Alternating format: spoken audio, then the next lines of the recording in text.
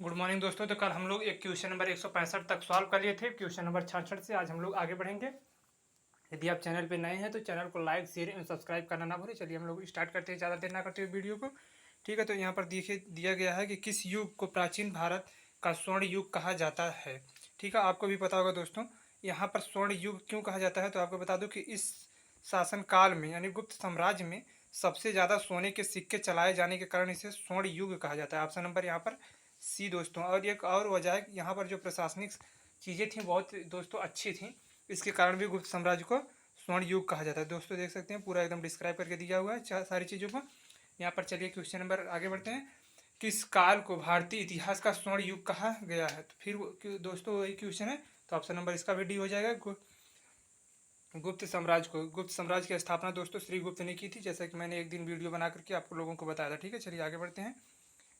यहाँ पर देखिए यहाँ दिया गया है कि नालंदा विश्वविद्यालय को विश्व के महान प्राचीन विश्वविद्यालयों में से एक तथा महत्वपूर्ण बौद्ध शैक्षणिक उत्कृष्टता केंद्र माना जाता है। इसकी स्थापना किस भारतीय शासक ने की थी, तो इसकी आस्था जो दोस्तों हैं कुमार गुप्त प्रथम ने की थी। ठीक है, कुमार गुप्त प्रथम जी इसका सही हो जाएगा। ठीक है, चलिए आगे बढ़ते हैं दोस्तों।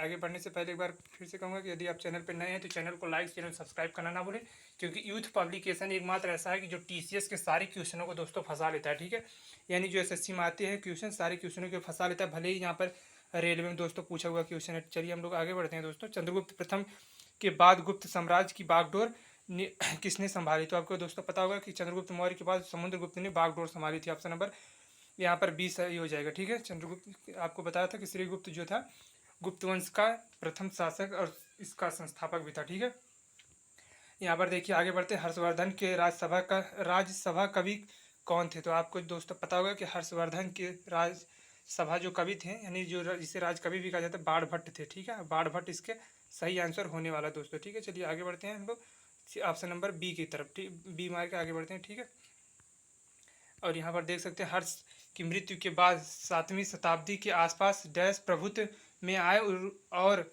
उनके काल को भारत के अंधे युग के रूप में माना जाता है। तो दोस्तों आपको पता होगा कि यहाँ पर राजपूत युग को अंधे युग के रूप में भी माना जाता है। ठीक है, यहाँ पर दोस्तों वैसे यहाँ पर ये ऑप्शन नंबर ये हो जाएगा सही आंसर। लेकिन कुछ लोग आपको बताएंगे कि तुर्क लोगों को कुछ लोग बताएंगे, लेकिन यहाँ पर दोस्तों देख सकते हैं कितना कॉम्प्लिकेटेड क्वेश्चन था।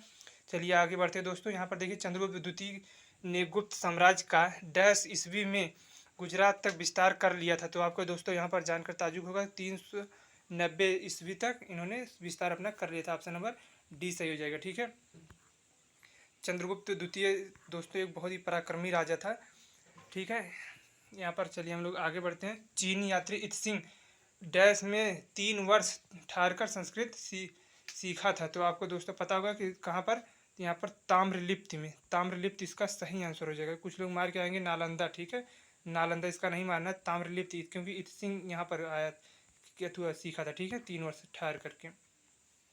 चलिए आगे बढ़ते हैं। हर्षवर्धन की मृत्यु के बाद प्रतिहार पाल एवं राष्ट्रकूट वंश के राजाओं ने कहाँ पर दोस्तों इसका यहाँ पर आधिपत्य करने के लिए दूसरे के साथ युद्ध किया था। यहाँ पर दोस्तों इसका पूछने का जो सेंस है कि यहाँ कन्नौज पर किसने राज किया। ठीक है, ऑप्शन नंबर बी सही हो जाएगा।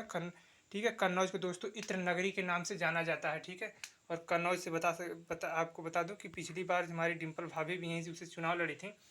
चलिए आगे बढ़ते हैं दोस्तों, लेकिन हालांकि उनको हार का सामना देखना पड़ा था। हम लोगों को राजनीति से ज़्यादा मतलब है ना, लेकिन फिर भी आप लोगों को जानकारी के लिए हम बता देते हैं। चलिए ज़्यादा हम लोग बात ना करते हुए आगे बढ़ते हैं। 4वीं शताब्दी की शुरुआत में गुप्तों ने डैश में एक छोटा सा साम्राज्य स्थापित कर लिया था। ठीक है, तो यहाँ पर देख सकते हैं मगध पर। ठीक है, मगध में अपना एक छोटा साम्राज्य स्थापित कर लिया था। ऑप्शन नंबर ये सही, सी दोस्तों सही हो जाएगा। ठीक है, ऑप्शन नंबर सी सही हो जाएगा इसका। चलिए आगे बढ़ते हैं। निम्नलिखित में से कौन सा नगर गुप्त वंश की राजधानी था। गुप्त वंश की जो राजधानी दोस्तों था पाटलिपुत्र था। ऑप्शन नंबर यहाँ पर ये सही हो जाएगा, पाटलिपुत्र। ठीक है, चलिए सही यहाँ पर हो जाएगा दोस्तों। आज हम यहीं पर वीडियो को स्टॉप करेंगे, लेकिन आगे बढ़ने से पहले दोस्तों एक बार आपसे गुजारिश करेंगे, चैनल पर नए हैं तो लाइक शेयर और सब्सक्राइब करना ना भूलें।